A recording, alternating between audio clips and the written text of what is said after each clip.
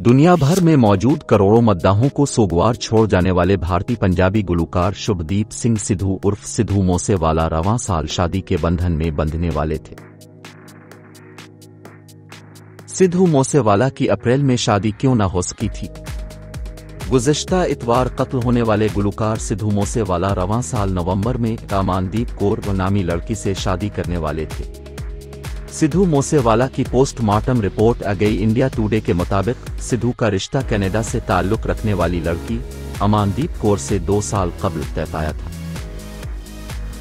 गुलकार सिद्धू मूसेवाला की शादी की तारीख पहले अप्रैल 2022 में तय पाई थी। बाद अज़ा मार्च में सिद्धू मूसेवाला के पंजाब असेंबली के इंतखाबात में हार जाने पर शादी नवंबर तक मुलतवी कर दी गई थी।